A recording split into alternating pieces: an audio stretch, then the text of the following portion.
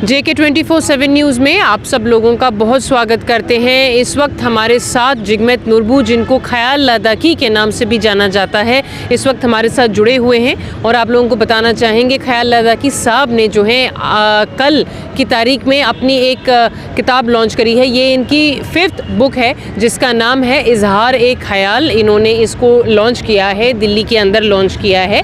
और इनकी ज़्यादातर सारी किताबें जो हैं पोएट्री के ऊपर यानी शायरी के ऊपर बेस्ड हैं। और आज इनसे सबसे पहले इनके किताब के ऊपर हम बात करेंगे। ख्याल लद्दाखी साहब, बहुत स्वागत है आपका और बहुत बहुत बधाई कि आपने अपनी 5th बुक लॉन्च करी है।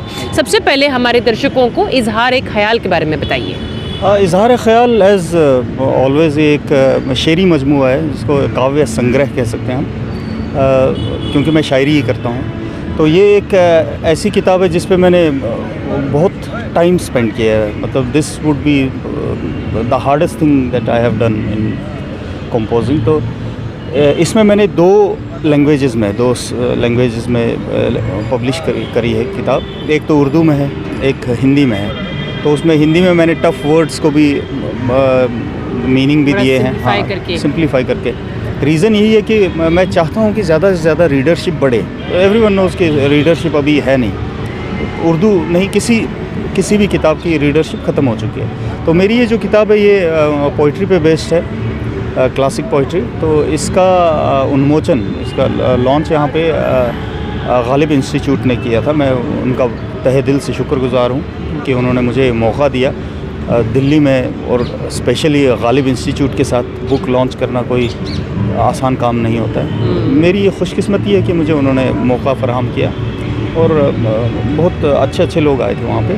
बहुत अच्छा लगा मुझे इस पर। जी, ख्याल लद्दाखी साहब, आपसे पूछना चाहते हैं, उर्दू बहुत ही एक खूबसूरत भाषा है और इस भाषा के साथ आप काफ़ी समय से जुड़े हुए हैं, शायरी करते हैं। आपके उर्दू के साथ आपका सफ़र किस तरीके से और कब शुरू हुआ? उर्दू का सफ़र देखिए, जवानी में सबको इश्क हो जाता है उर्दू से। मैं दूसरे इश्क की बात नहीं कर रहा। गज़लें सुनना शुरू कर देते हैं आप, फिर धीरे धीरे थोड़ा टिपिकल उर्दू गज़लें सुनना शुरू कर देते। वही टाइम था जब मैंने भी गज़लें पढ़नी शुरू की। तो पढ़ते पढ़ते मुझे लगा कि I could also start writing, मैं भी लिख सकता हूँ। तो यूँ ही बस लिखते गए, सीखते गए, किसी से पूछा, किसी से सीखा। सिखाने वाले भी हैं नहीं आजकल। तो ये करते करते पहली 4 किताबें जो है मेरी पहले जो पब्लिश हुई है, उनमें थोड़ी बहुत खामियां रहेंगी। अब कोशिश यही है कि अभी जो किताब है उसमें कम से कम खामियां रहें। मैंने रिव्यू के लिए भी दी थी, तो सब ने एक्सेप्ट किया, बोला है कि खामियां नहीं है इसमें।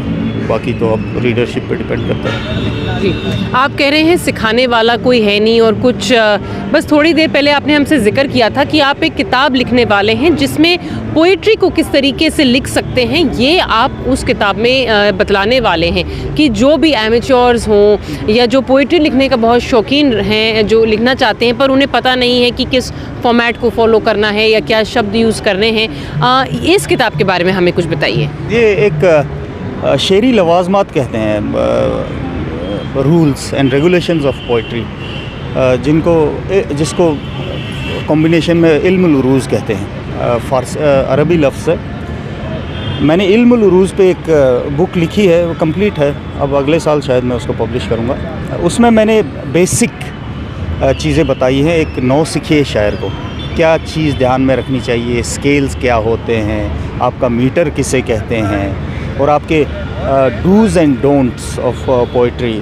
बहर कहते हैं उसको, जैसे आपके गण होते हैं, हिंदी में गण होते हैं, तो यहाँ पे इरकान होते हैं। वो सब मैंने समझाया। मैंने कोशिश करी है कि सब समझ जाएं, क्योंकि मैंने आजकल देखा है कि सब पे एक शायरी का शौक़ चढ़ाया हुआ है। सब शायरी करते हैं। फेसबुक पे आए दिन आप देखते हैं कि कोई नया शायर आया है। तो खामियाँ रहती हैं। मैंने अपनी खामियों से सीखा है, मैंने अपनी कमियों से सीखा है। तो वही उसी को मैंने अपने बुक में डाल दिया है। अब देखें वो पब्लिक उस पर कैसे रिएक्ट करती है, जो पढ़ता है, और कितना फ़ायदेमंद साबित होता है, वो देख लेंगे। जी बिल्कुल। ख्याल लद्दाखी साहब, बहुत ज़रूरी एक सवाल आपसे पूछना चाहती हूँ।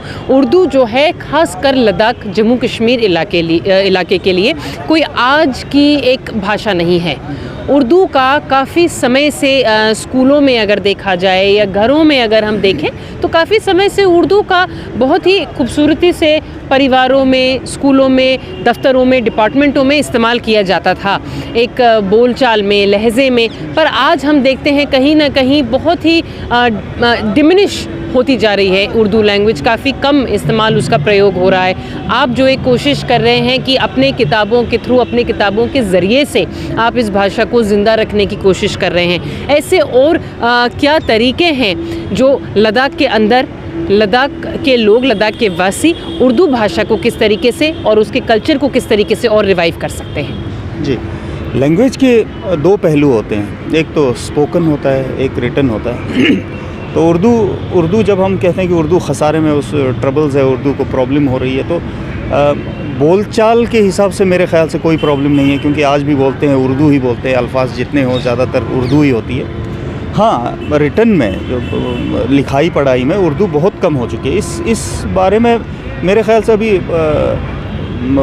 सरकारी ओहदेदारों ने भी बहुत बातें की हैं, मैं नाम नहीं लेना चाहता हूँ। उन्होंने पिछली बार अपने स्पीचेस में भी ये कहा है कि हमें जितना हो सके हमें राइटर्स को हेल्प करना है, और help in the sense Mali help, ताकि कम से कम उनके जो ख़र्चा आता है लिखने में, छापने में, उसका मुआवजा कैसे मिले। तो उसके बारे में बहुत बातें चली थी।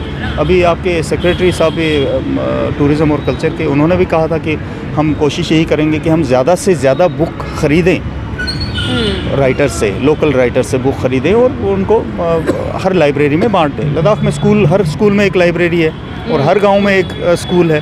तो अगर गिनती कर ले तो कम से कम 200-250 स्कूल तो आ ही जाते हैं।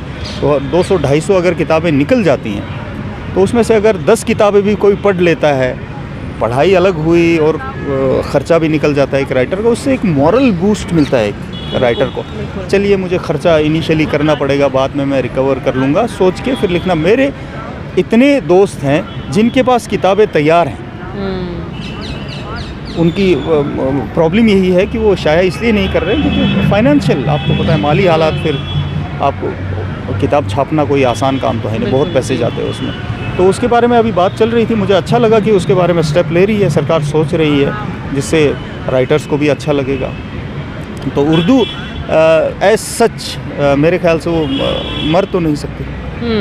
हाँ, उसको लिखने में अभी आपके पुलिस डिपार्टमेंट में अभी भी रोज़नामचे जिसे कहते हैं, FIR जिसे कहते हैं, फॉर्म्स हैं, आपके वकालतनामे हैं, ये सब तो अभी भी उर्दू में चल रहा है। तो इसके मरने का अंदेशा तो है नहीं।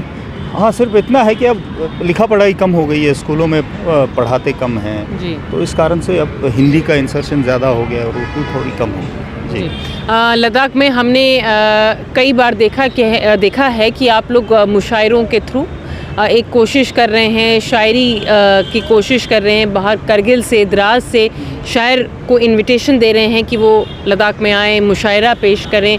तो इस तरीके के मुशायरे क्या हमें आने वाले समर सीज़न में हम लद्दाख में देखने को क्या हमें मिलेंगे? जी, है, ऐसे प्रोविज़न्स हैं कि हम बाहर से भी शायरों को बुलाएं, अदीबों को बुलाएं, मुशायरे कराएं, सिम्पोजियम्स कराएं, कॉन्फ्रेंसेस कराएं, लिटरेरी कॉन्फ्रेंसेस कराएं। बात हो रही है अभी, देखिए उसमें फिर स्टेक होल्डर्स की सहमति भी चाहिए। हमारे कहने से तो हो नहीं सकता है, क्योंकि एक शायर को बाहर से बुलाने में या किसी अदीब को बाहर से बुलाने में बहुत खर्चे होते हैं जी। लेकिन ये है, अब वो स्ट्रीमलाइन होते होते थोड़ा टाइम लगे, और मैं उम्मीद यही करता हूँ कि इस गर्मी में होंगे ऐसे सिम्पोजियम्स होंगे और कॉन्फ्रेंसेस होंगे, लिटरेरी कॉन्फ्रेंसेस। जी, खैर लद्दाखी साहब, आपकी किताब हमें दिखाइए, आप लोगों को दिखाना चाहेंगे। ये है इज़हार ख्याल, इज़हार ख्याल, ये है हिंद पब्लिकेशन ने पब्लिश किया दिल्ली में। आप लोग अगर चाहते हैं, इस किताब को आप लोग अगर पढ़ना चाहते हैं, तो आप लोग ख्याल लद्दाखी साहब से आप लोग गुजारिश कर सकते हैं, इन्हें कॉल कर सकते हैं, ये किताब आप उनसे लेकर पढ़ सकते हैं, या तो लाइब्रेरीज़ में भी जो हैं इन किताबों को रखा जाएगा, वहाँ पर भी आप लोग जाकर पढ़ सकते हैं। देखिए, एक पैशन रहता है, अगर आप लिख रहे हैं, आप अगर कर रहे हैं, आप इससे फ़ायदा, मेरे ख्याल से आप उतना फ़ायदा तो उठा नहीं पाएंगे, लेकिन फ्यूचर जनरेशन में ये सब ऐसे डॉक्यूमेंटेशन होंगे जिससे आप इस एरा को समझ पाएंगे। तो मैं यही कहता हूँ, अगर आप कुछ लिखते हैं तो उसे सेव कीजिए, सेव करके पब्लिश कीजिए, कहीं ना कहीं इसके आर्काइव्स रहें, कुछ ना कुछ रहे, आपको एक तस्कीन मिलती है, एक मतलब सेटिस्फेक्शन मिलता है कि हाँ भाई मैंने भी कुछ किया है। ऐसा नहीं है कि आप एक किताब लिखेंगे और आप बहुत कमाई कर लेंगे, वो नहीं हो पाएगा। लेकिन मॉरल बूस्ट के लिए मैं इतना बता दूं कि सेटिस्फेक्शन बहुत मिलता है इसमें किताबें लिखने में। जी हाँ जी, हमारे साथ बातचीत करने के लिए बहुत शुक्रिया आपका। Thank you ji, thank you. हमारे साथ थे जिगमेत नूरबू ख्याल लद्दाखी। अपनी किताबों में बहुत खूबसूरती से शायरी पेश करी है। आप प्लीज़ इन किताबों को इनसे लीजिए, इस किताब को पढ़िए। इजहार है ख्याल इसका नाम है। बने रहिए, लगातार अपडेट्स आप लोगों तक पहुंचाते रहेंगे। रिगजिन वांगमो के साथ मैं ज़ैनब संधू, JK 24/7 न्यूज़ के लिए दिल्ली से।